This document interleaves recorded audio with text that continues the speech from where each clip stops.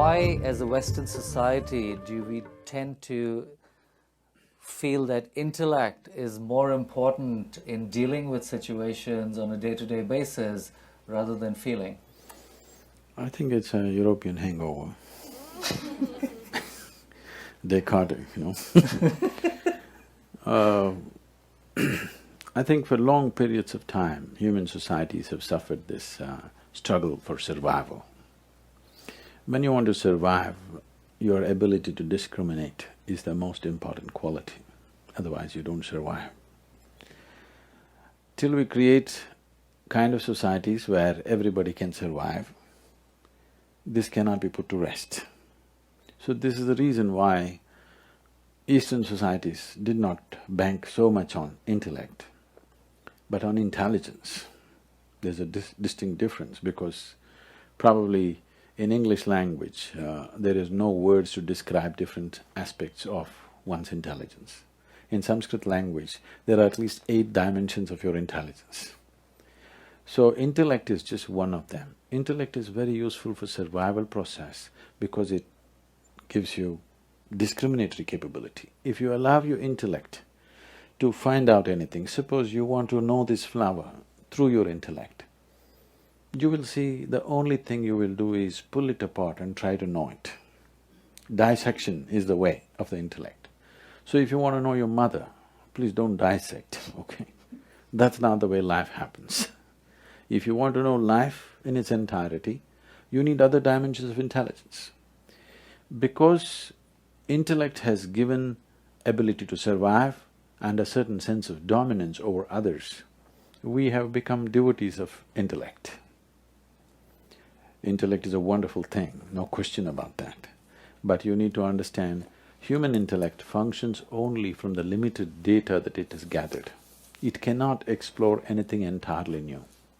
You can only project from what you know to another dimension, and you can never project into an unknown dimension through what you know. Right now, that's the reason why I would say Western societies have been on a treadmill for a long time. They run a lot and they get fit, but they don't go anywhere. Fitness happens, of course. Okay, now when we talk about human identity and false association with certain stereotypes, why do we always strive to be a certain stereotype? I mean, why does everybody in Pennsylvania want to have a big house with a white picket fence? Why is that the status of having arrived?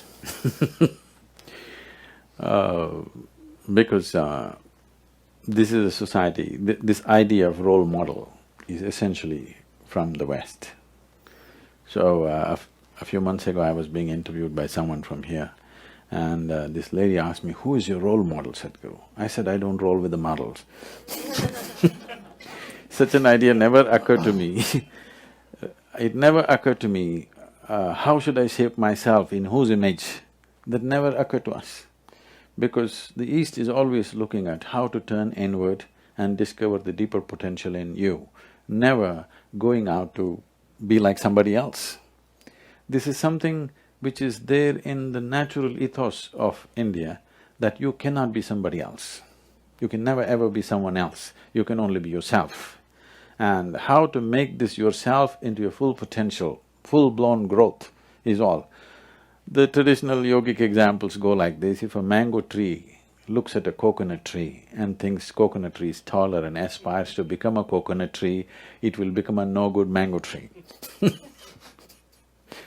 So, every life is unique in its own way and has its own place.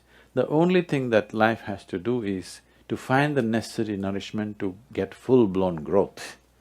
If you become a full-blown yourself, and that's all you can do, otherwise you will become pretentious. So the problem is, once you go by your intellect, these two things are very connected. Once you go by your intellect, you will have a whole lot of information but you don't know anything. This is modern education.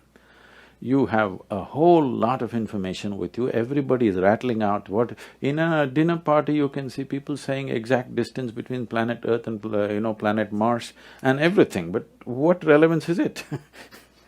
It is just that you can gather information like this. When you have information, you have a false sense of feeling that you know everything, but you know nothing. It may help you in the financial market to have information, but with life, what is needed is not information, what is needed is profoundness of purchase that you have into life. You need traction into life, experiencing life. You cannot know it.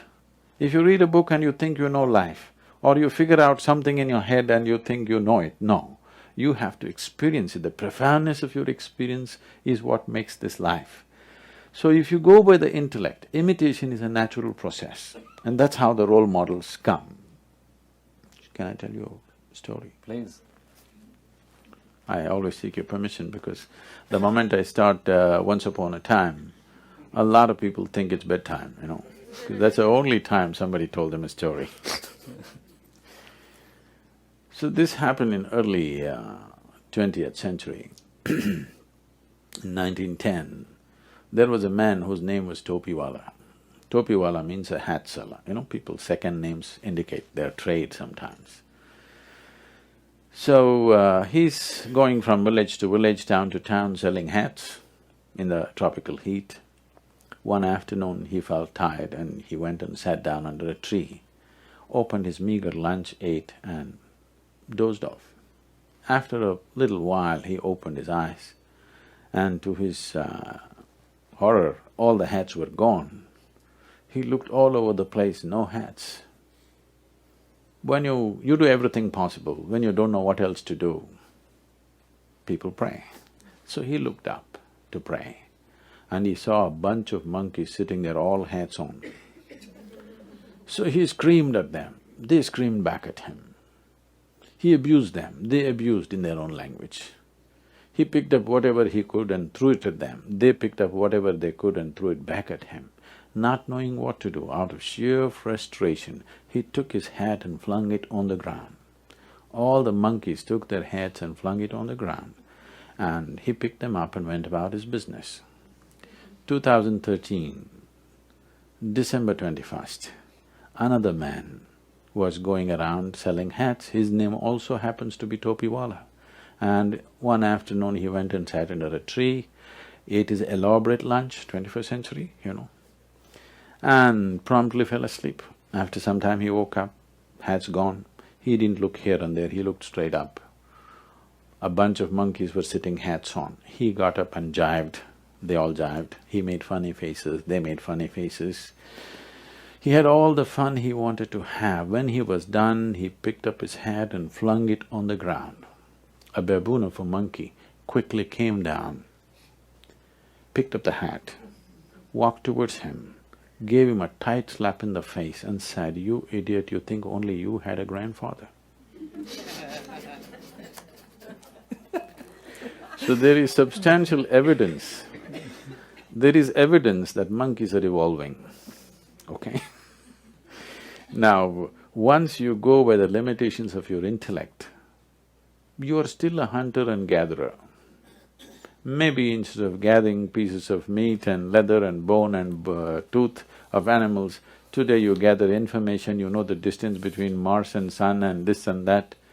Maybe you gather, but still the nature of the intellect is to gather. By gathering, if you gather so much, somebody who has this much, in front of that person, in comparison to that person, you look better. But in the experience of life, you will not feel any better. So if you have gathered that much, if somebody has gathered this much, then in front of that person you feel like nothing. So gathering is always by comparison. Your own gathering has no meaning. It is only in relation to somebody else's gathering being more meager than yours. Or in other words, in some way you start enjoying somebody else's incapability or failure or whatever. So, this is the nature of the intellect, because it survives on what you have gathered.